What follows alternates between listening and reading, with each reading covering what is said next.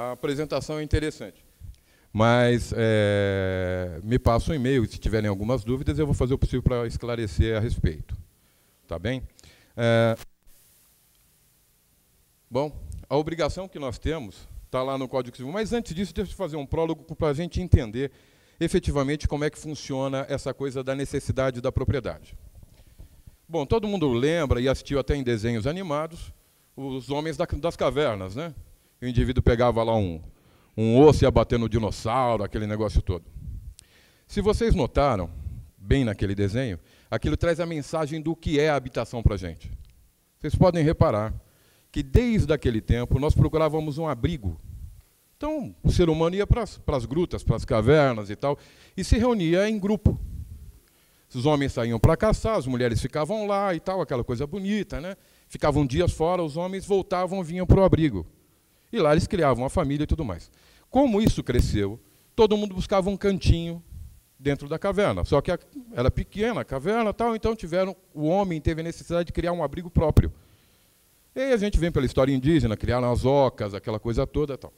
Então notem que a necessidade de ter um abrigo, isso vem no gene da gente. Então nós temos uma necessidade biológica de termos um local onde nós possamos descansar os ossos, como diziam antigamente. Não é verdade? Soma-se a isso o desenvolvimento social, que aí levou o homem a quê? A usar a propriedade, o bem imóvel, também como status social. Então você pode olhar, você tem o bairro chique, tem o bairro médio. Então, pela casa, você diz até o padrão de vida que o indivíduo tem. Não é correto isso? Então, juntou-se duas necessidades para o indivíduo buscar o imóvel. Ele ter a sua propriedade. A necessidade biológica do abrigo e a necessidade social de se mostrar um indivíduo realizado. Dentro da sua camada social, com o imóvel que ele pode comprar. Desde um quarto e cozinha até mansões. E aí, entre o corretor de imóveis e a importância da habitação, foi consagrada na Constituição no capítulo dos direitos fundamentais, está lá no artigo 5º. A habitação é um direito. Né? Então, note que, como está lá no capítulo de que trata, né, dos direitos do cidadão, passou a ser um direito fundamental do cidadão, o grau de importância que isso tem. Isso leva ao quê? Que os profissionais da área sejam os mais éticos e os mais preparados possíveis para lidar com as situações de conflito de interesse nos negócios imobiliários. Por isso, o Código Civil estabeleceu, do artigo 722, as obrigações relativas ao comportamento do corretor de imóveis. Tá? Então, veja a importância que tem lá na Constituição, da necessidade da habitação. O Código Civil verificou isso, verificou que a atividade do corretor de imóveis era fundamental, não só do corretor de imóveis, mas dos corretores de forma geral, mas era fundamental para a paz social e resolveu normatizar, trazendo para a obrigação do corretor um princípio que está consagrado no Código Civil anteriormente, lá, que é o princípio da boa-fé. Tá certo? E aí, como é que isso ficou? Em especial, o artigo 723 e o parágrafo único dele, normatizou efetivamente a obrigação que os corretores têm que ter com relação ao tratamento com o cliente. Vejamos o que diz a lei. O corretor é obrigado a prestar ao cliente todas as informações sobre o andamento do negócio. Ou seja, o corretor que não age com o cliente com a lisura necessária, ou seja, com os princípios éticos necessários, pode sofrer uma ação de indenização por dano material e moral, que ao final pode inclusive acabar com a carreira dele. Porque se alguém for condenado hoje a pagar R$1 milhão de indenização, eu quero ver se pode meter a mão no bolso e gastar esse dinheiro. Quem pode? Então isso pode inclusive tirar o corretor do mercado. Então está aí a obrigação de ser efetivamente um corretor focado no cliente, que presta todas as informações acerca do negócio. Todas. E note que todas não são só aquelas que a gente julga necessárias. São todas. Como diz o português, todas não admite de forma alguma a exclusão de qualquer delas. Por exemplo, o lugar não enche mais d'água. Porque fizeram um piscinão, fizeram um negócio lá e tal, ficou bonitinho. Olha, tem 5 anos que não enche d'água, mas encheu de água por 30 anos. Além disso, quem é que pode garantir que a prefeitura vai limpar o piscinão? Será que esse piscinão não vai encher, não vai transbordar? Então é necessário que a gente tenha a ideia de que deve falar, olha, aqui, há algum tempo atrás, hoje não mais, mas há algum tempo atrás, enchia de água, tarará, e explicar para ele a realidade do negócio que ele está adquirindo. Isso é uma obrigação que decorre da lei. Está lá. Não é diferente. Olha, quando a lei diz que você tem que falar todos os detalhes a respeito do negócio, que envolva a qualidade do bem, e a qualidade do negócio em si, a qualidade documental. Tá? Então, a qualidade do bem. Note que você está falando de alguma coisa que nós vamos chamar isso aí de folclore, ou seja lá o que quiser, crendice, seja lá, religiosidade. Isso está no campo etéreo. Isso não pertence a esse campo aqui. Então, nós vamos nos focar naquilo que o Código diz e com relação à qualidade do bem, que é a vida material, efetivamente. Agora, com relação às crenças de alguém, o que eu posso falar? Tá? Mas vamos adiante. Vamos lá. O que o cliente busca num profissional? Me diz o que busca o cliente que não se enquadre em ética. O que diz o Código Civil lá? Prestar todas as informações.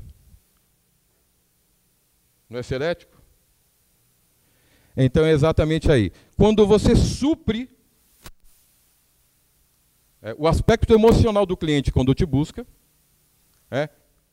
você dá tudo isso aqui de retorno para ele, você faz com que ele fique satisfeito, você passa a ser ético, e ele vai entender que foi atendido na ânsia daquilo que ele busca em um profissional.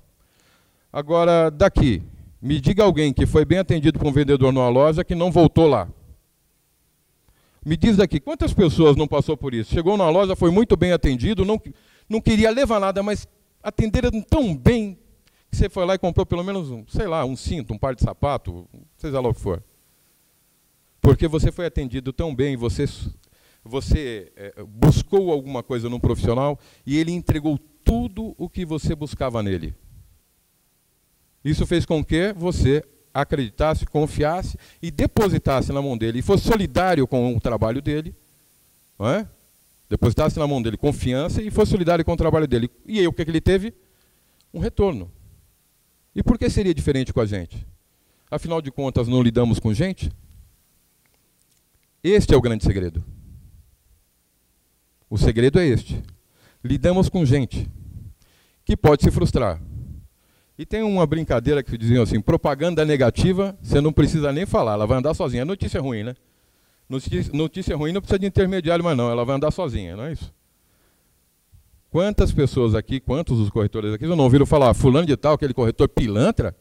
Aquilo, você está brincando, aquilo não devia ser corretor nem aqui nem na China, aquele safado. Quantos já ouviram isso? Mas por quê? É isso aqui. Porque você vai fidelizar o cliente. Da mesma forma que você se tornou um cliente fiel do vendedor que te atendeu perfeitamente bem numa loja. Atendeu as ânsias do indivíduo. É isso que é interessante. E olha só.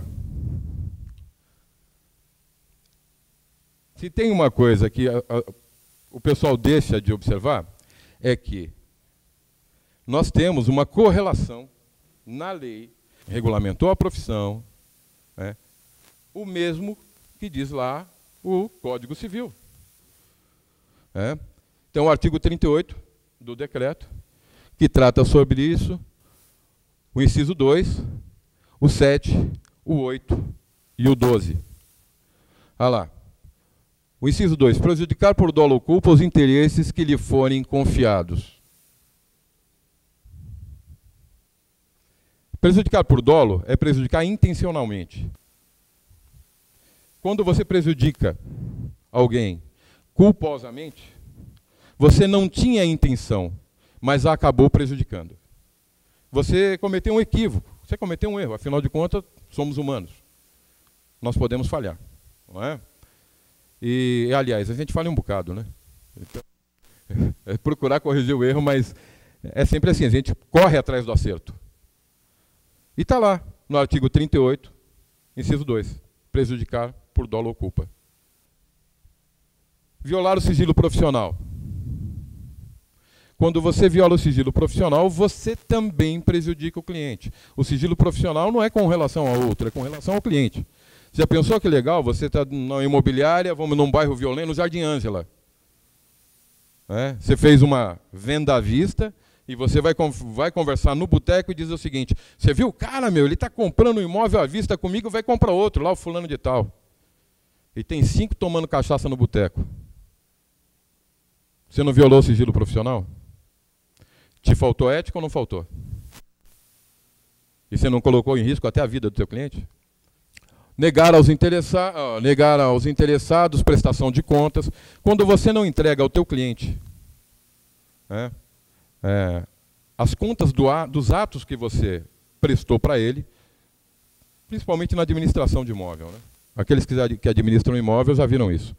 O cara recebe, bye bye, né? Esquece. Olha, eu recebi com multa. Não, mas ele pagou atrasado, eu perdoei a multa. Gente, isto é coisa de louco. Isso é coisa de louco. Olha aí. Mas o Código Civil também pede, só que com outras palavras, sob pena de responder. É exatamente isso. Promover e facilitar a terceiros transação ilícita. Bom, vamos lá. Aqui não vamos nem à leitura.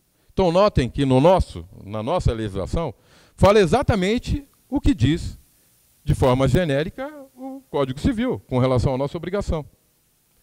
Então é muito importante que a gente preste atenção nesses pequenos detalhes, vamos dizer assim, que são fundamentais na relação cliente-profissional. Vamos lá. A resolução 326 do COFES, Código de Ética Profissional. Tem lá o artigo 4º, que também trata disto. No trato do corretor, porque também é falta de ética, também é punível, lá, de acordo com a lei, quando ele facilita o exercício legal de profissão para aquele não habilitado. Ele também se enquadra no Código Civil lá, e aí entra aquela coisa do patrão que você falou. Porque você é o patrão, você é o profissional que era obrigado a prestar o serviço técnico. E você não prestou e colocou alguém que não era habilitado.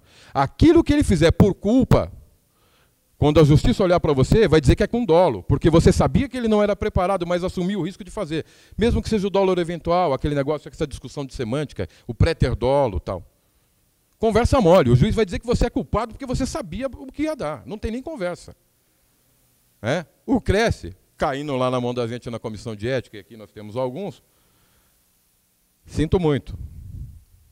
Mas as penas vão de advertência à cassação da inscrição como corretor de imóveis. Então a gente precisa pensar muito bem, porque da mesma forma que ocorre na OAB de advogado ser cassado por decisão disciplinar, no Cresce também tem um monte. É cancelada a inscrição. O Ministério Público é oficiado pelo Cresce. E vão responder o processo. É uma contravenção penal, mas ele funciona como primeira condenação. Vai perder o benefício da lei 9.099, porque já tem condenação. Mas quem exerceu ilegalmente foi o outro que não era habilitado. Só que a lei também fala, antigamente ele é chamado da coautoria. Hoje é chamado de concorrente. Aquele que concorreu para a prática do delito será penado de acordo com a sua participação. E neste caso do corretor que facilitou, ele responde tecnicamente por crime de responsabilidade, vamos dizer assim. Mesmo que a pessoa tenha falecido. Ele morreu amanhã, mas hoje o delito aconteceu. Ele não pode ser punido. Mas se você facilitou, você está vivo. Porque não se pode aplicar a pena no defunto. Mas no que está vivo pode, hein? Então você vai dançar, não tem nem conversa. Lá na esfera penal. Não tem jeito. Então é por isso que a gente fala, gente, vamos parar, pensar e tal. Porque, e olha o risco. Você botou alguém lá que não era corretor de imóveis. Aí eu vou te perguntar, você acha que ele vai falar que tinha enchente naquele lugar, mas que fizeram piscinão? Você acredita nisso? Vamos falar de plantão. Quantos corretores tem no plantão que chega lá para o cara e fala, não, meu amigo, vai sair no contrato que vai entregar daqui a 3 anos. Ele fala, não, semana que vem os caras já vão lançar a pedra fundamental. Vocês nunca ouviram uma historinha dessa? É problema. Agora você imagina, você vai colocar um calça branca que vai fazer isso com a tua empresa e depois não vai querer responder? Pelo dano causado ao cliente, você não vai querer responder, não vai ter jeito? Agora, se ele pegar um advogado como eu, bem fuinha, pegar um advogado como o Dr. Manuel, Dr. Wagner, eu vou falar para vocês, prepare o bolso, porque vai doer um bocado. Dr. Roberto Vergueiro, que é brincadeira, é professor. A gente está aqui para aprender com ele, na verdade. Tem ali mais um. Então é o seguinte, se você pegar um profissional encardido, você provavelmente vai estar fora do mercado. Aliás, não vai ter dinheiro para botar gasolina num Fusquinha, quem dirá andar de Honda Civic. Porque eles vão tomar tudo. O problema é sério. Mas vamos lá. Olha só. O artigo 4º do Código de Ética. A resolução está lá. Regulamenta a profissão. É obrigação inteirar-se de todas as circunstâncias do negócio antes de oferecê-lo. O que diz o Código Civil? Que você não é obrigado a prestar todas as informações?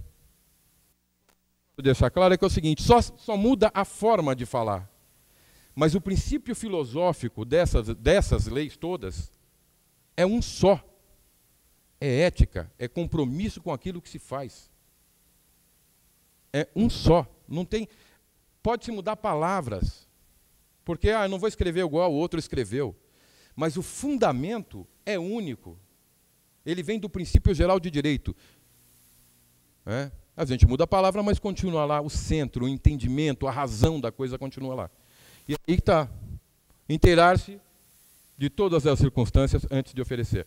E é antes, hein? Não, espera aí, que eu vou oferecer para o cara, depois eu vou visitar o imóvel para ver o que tem. Meu amigo, quem oferece aquilo que não conhece, não oferece nada. Ele não sabe o que está oferecendo. Então é muito importante que a gente olhe tudo isso aqui. Por quê? Para atender os interesses do cliente.